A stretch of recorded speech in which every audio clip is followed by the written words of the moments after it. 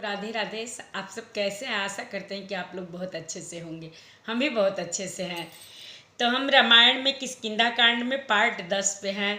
हम रामायण की तरफ चलते हैं। हम आशा करते हैं कि किष्किंधा कांड बस इतना ही है, छोटा सा है। ये पार्ट बहुत छोटा है कांड। लग रहा है कि 10 पार्ट तक बनेगा, इसके बाद सुंदर कांड आ जाएगा। हम रामायण की तरफ चलते हैं। आप सबको राधे राधे। निज इच्छा प्रभु अवतरई, सुरमई गोदि जलाग। सगुन उपासक संगत, रहि मोक्ष सब त्याग। मंगल भवन मंगल हारी, द्रवहु सुदशरथ अजिर बिहारी। देवता पृथ्वी, गौ और ब्राह्मण के लिए प्रभु अपनी इच्छा से किसी कर्म बंधन से नहीं अवतार लेते हैं।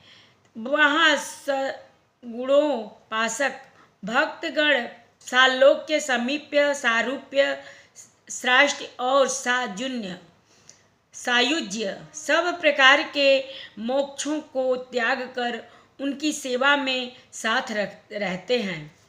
एहि विधि कथा कहाई बहु भांति, गिरि कंदरा सुनी संपाति। बाहर होई देखी बहु कीसा, मोहि आहार दीन जगदीसा। इस प्रकार जामवंत बहुत प्रकार से कथाएं कह रहे हैं। उनकी बातें पर्वत की कंदरा से संपाति ने सुनी। बाहर निकलकर उसने बहुत से बानर देखे। तब वह बोला, जगदीश्वर ने मुझको घर बैठे बहुत सा आहार भेज दिया। आज सब ही कह भक्षण करऊं, दिन बहु चले आहार बिनु मरऊं। कबहु न मिली भरी उदर आहारा, आज दिन विधि कहीं बारा। आज इन सबको खाकर बहुत दिन बीत गए। भोजन के बिना मर रहा था। पेट भर भोजन कभी नहीं मिलता। आज विधाता ने एक ही बार में बहुत सा भोजन दे दिया। डर पे गीत बचन सुनि काना, अब भा मरन सत्य हम जाना। कपस कपि सब उठे गिद्ध का देखी, जामवंत मन सोच विशेषी। गिद्ध के वचन कानों में सुनते ही सब डर गए कि अब सचमुच ही मरना ही होगा। यह हमने जान लिया। फिर उस गिद्ध संपाति को देखकर सब बानर उठ खड़े हुए। जामवान ने मन में विशेष सोच हुआ। कह अंगद बिचारी मन माही, धन्य जटायु सम को नाही। राम काज कारण तनु त्यागी, हरिपुर गयऊं परम बड़ भागी। अंगद ने मन में विचार कर कहा, आहा, जटायु के समान धन्य कोई नहीं है। श्री राम जी के कार्य के लिए शरीर छोड़कर वह परम बड़भागी भगवान के परम धाम को चला गया। सुनिख गहरस शोक जुत बानी, आवा निकट कपिन भय मानी। तिनहि अभय करि पूछसि जाई, कथा सकल तिन ताहि सुनाई। हर्ष और शोक से युक्त वाणी समाचार सुनकर वह पक्षी संपाति बानर के पास आया। बानर डर गए। उसको अभय वचन देकर उसके पास जाकर जटायु का वृतांत पूछा। तब उन्होंने सारी कथा उसे कह सुनाई। सुनि संपाति बंधु के करनी, रघुपति महिमा बहुत विधि बरनी। भाई जटायु की करनी सुनकर संपाति ने बहुत प्रकार से श्री रघुनाथ जी की महिमा का वर्णन की। मंगल भवन मंगल हारी, द्रवहु सुदशरथ अजिर बिहारी। मोहि लय जाहु सिंधु तट, देव तिलांजलि ताहि। बचन सहाय कर विमय, पयहु खोजहु जाई। मंगल भवन मंगल हारी, द्रवहु सुदशरथ अजिर बिहारी। उसने कहा, मुझे समुद्र के किनारे ले चलो, मैं जटायु को तिलांजलि दे दूं। इस सेवा के बदले मैं तुम्हारी वचन से सहायता करूंगा, अर्थात सीता जी कहाँ है सो बतला दूंगा। जिसे तुम खोज रहे हो उसे पा जाओगे। अनुज क्रिया करि सागर तीरा, कहि निज कथा सुनहु कपिबीरा। हम दो बंधु प्रथम तरुणाई, गगन गए रवि निकट उड़ाई। तेजन सही सकसो फिरि आवा, मैं अभिमानी रवि नियरावा। जरे पंख अति तेज अपार, परऊ भूमि कर घोर चिकारा। मुनि एक नाम चंद्रमा ओहि, लागी दया देखी कर मोही। बहु प्रकार ते ज्ञान सुनावा, देह जनित अभिमान छड़ावा।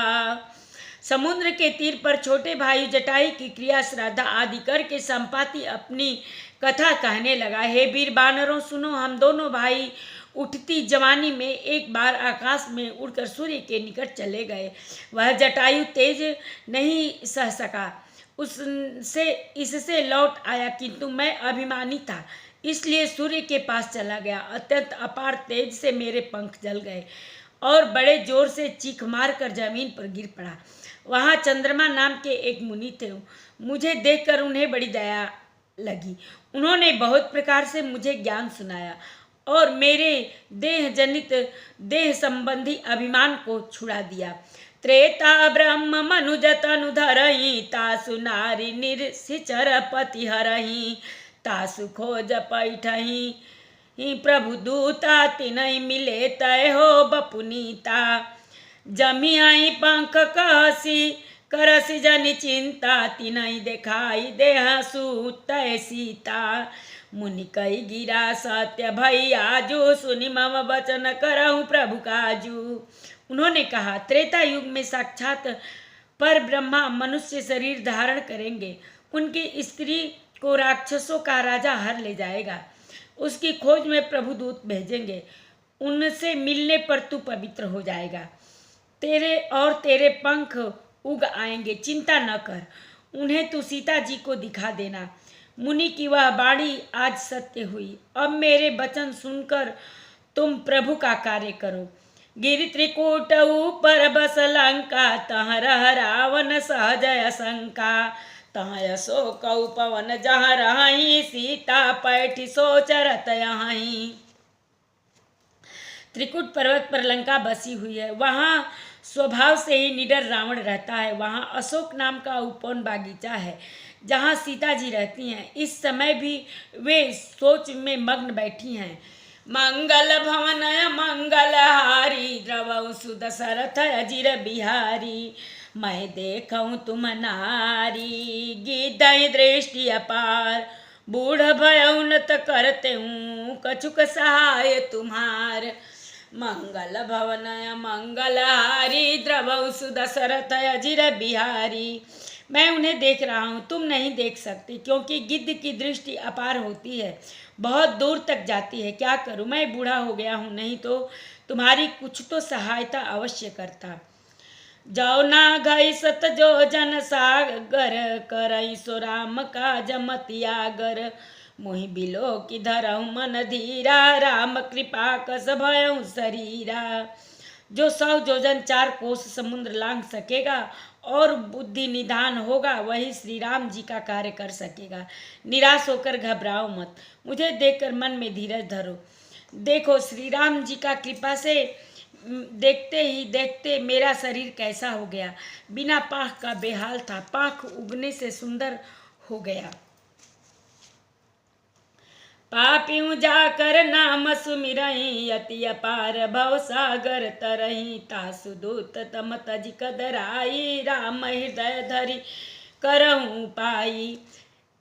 अस कहीं गरुड़ गीत जब गयऊँ, तिनके मन अति विस्मय भयऊँ। निज निज बल सब काहूँ, भाषा पार जाई कर संशय राखा। जरठ भयऊँ अब कहीं बिरिछेसा, नहीं तन रहा प्रथम बल लेसा। जब ही त्रिविक्रम गए खरारी, तब मैं तरुण रहूं बल भारी। पापी भी जिनका नाम स्मरण करके अत्यंत अपार भवसागर से तर जाते हैं, तुम उनके दूत हो। अतः कायरता छोड़कर श्री राम जी को हृदय में धारण करके उपाय करो। काकभूसुंडी जी कहते हैं, हे गरुड़ जी, इस प्रकार कहकर जब गिद्ध चला गया, तब उन बानरों के मन में अत्यंत विस्मय हुआ। सब किसी ने अपना अपना बल कहा, पर समुद्र के पार जाने से भी सभी ने संदेह प्रकट किया। ऋक्षराज जाम्बवान कहने लगे, मैं अब बूढ़ा हो गया हूँ, शरीर में पहले वाले बल का लेस भी नहीं रहा। जब खरारी खर के शत्रु श्री राम वामन बने थे तब मैं जवान था और मुझ में बड़ा बल था। मंगल भवनय मंगलहारी द्रवौ सुदशरथ अजिर बिहारी। बलि बाधत प्रभु बाढ़ेऊ सो तनु बरनि न जाय। उभय घरी महदीनी साध प्रदक्ष निधाय।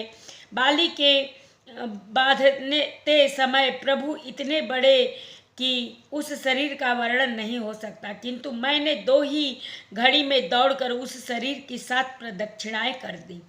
अंगद कहीं जाऊं मैं पारा, जिय संशय कछु फिरति न बारा। जामवंत कह तुम सब लायक, पठई किमि सबई कर नायक।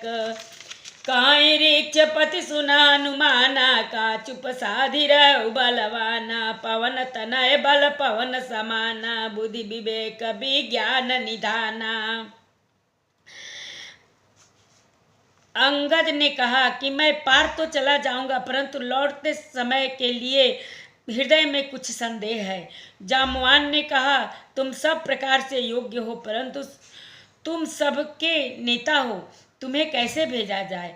ऋक्षराज जाम्बवान ने श्री हनुमान जी से कहा, हे हनुमान, हे बलवान, सुनो, तुमने यह क्या चुप साध रखी है।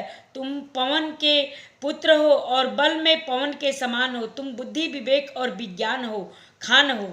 कवन सो काज कठिन जग माही, जो नहीं होई तात तुम पाही। राम काज लगी तब अवतारा, सुनत ही भयउ पर्वताकारा। कनक बरन तन तेज बिराजा, मानहु अपर गिरिन कर राजा। सिंहनाद करि बारहि बारा, लीलई नादहु जल निधि खारा। ऋक्षराज जाम्बवान ने हनुमान जी से कहा, हे हनुमान, तुम बलवान हो, जगत में कौन सा ऐसा कठिन काम है जो हे तात तुमसे न हो सके। श्री राम जी के कार्य के लिए ही तुम्हारा अवतार हुआ है।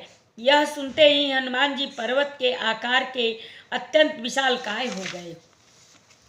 उनका सोने का सा रंग है, शरीर पर तेज सुशोभित है, मानो दूसरा पर्वतों का राजा सुमेरु हो। हनुमान जी ने बार बार सिंहनाद करके कहा, मैं इस खारे समुद्र को खेल में ही लांघ सकता हूँ। सहित सहाय रावण ही मारी, आनई हाथ त्रिकूट उपारी। जामवंत मैं पूछऊँ तोई, उचित सिखावन दीजऊँ मोही। और सहायकों सहित रावण को मारकर त्रिकुट पर्वत को उखाड़ कर यहाँ ला सकता हूँ। हे जाम्बवान, मैं तुमसे पूछता हूँ, तुम मुझे उचित सीख देना कि मुझे क्या करना चाहिए।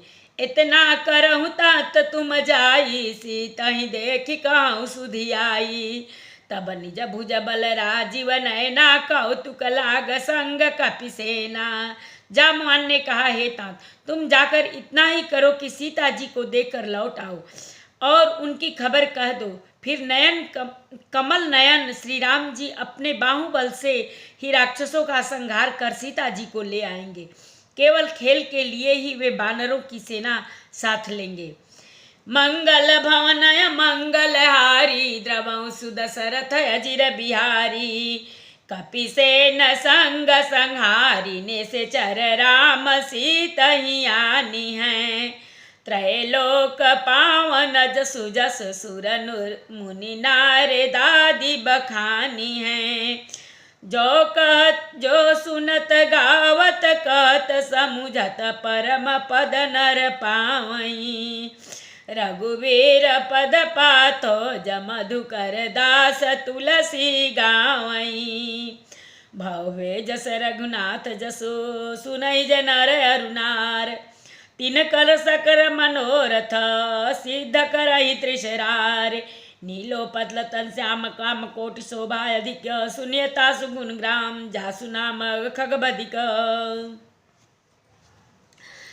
बानरों की सेना साथ लेकर राक्षसों का संहार करके श्री राम जी सीता जी को ले आएंगे। तब देवता और नारदादि मुनि भगवान के तीनों लोकों को पवित्र करने वाले सुंदर यश का बखान करेंगे, जिससे सुनने, गाने, कहने और समझने से मनुष्य परम पद पा जाते हैं, और जिसे श्री रघुनाथ जी के चरण कमल का मधुकर भ्रमर तुलसीदास गाता है। श्री रघुवीर जी का यश भव जन्म मरण रूपी रोग की अचूक दवा है। जो पुरुष और स्त्री इसे सुनेंगे, तिसरार के शत्रु श्री राम जी उनके सब मनोरथों को सिद्ध करेंगे। जिनका नीले कमल के समान श्याम शरीर है, जिनकी शोभा करोड़ों कामदेव से भी अधिक है, और जिनका नाम पाप रूपी पक्षियों को मारने के लिए है, बधिक व्याधा और समान है, उन श्री राम जी के गुण के समूह लीला को अवश्य सुनना चाहिए। एक बार प्रेम से बोलो श्री रामचंद्र की जय, राम लक्ष्मण जानकी की जय, शंकर पार्वती जी की जय, पवन पुत्र हनुमान की जय। जय जय सीताराम। सबको राधे राधे। किष्किंधा कांड संपूर्ण हुआ। अब हम लोग सुंदर कांड में चलेंगे, तो आप सबको राधे राधे।